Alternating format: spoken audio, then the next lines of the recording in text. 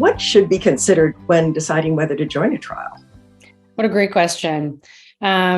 Many things need to be considered when joining a trial. And I think some patients are really eager to join a trial, and they just need to be aware that they may be either too healthy or they may have other things going on that may not make them eligible, and that's okay. There's actually many ways of participating in research, even if it's not a clinical trial that requires a medicine. For example, we often will consent patients to what's called a tissue bank, where the patients just give a sample of blood. So patients can participate in research in many different ways. When considering whether or not a patient should enroll in an actual clinical trial with a new medicine, I think it's really important for the patients to be informed and to not be afraid to ask questions. First, what is a clinical trial? Second, what will this trial involve? Is this a drug that has never been given to people before, or is this a drug that has already undergone many different clinical trials?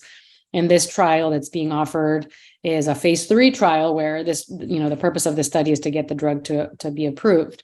So I think learning about the risk of the study, how it's been utilized, and also the other more practical things. What is the time commitment of this clinical trial? How often are you going to have to be going to the office because of the clinical trial? Because there's certainly a big investment in the part of the patients in terms of their time.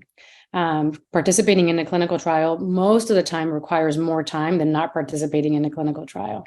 That's not always the case. There are some studies that definitely don't require that many visits, but most clinical trials will require at least something extra from the patient.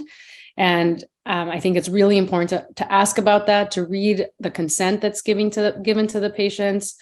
Oftentimes these consents are very long, and so they can be overwhelming. I personally find them overwhelming, and I review a lot of those consents.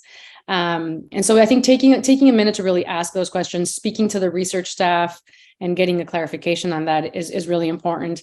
Like you said, I mean, it is impossible to approve new therapies and improve the care that we offer our patients without patients participating in a clinical trial.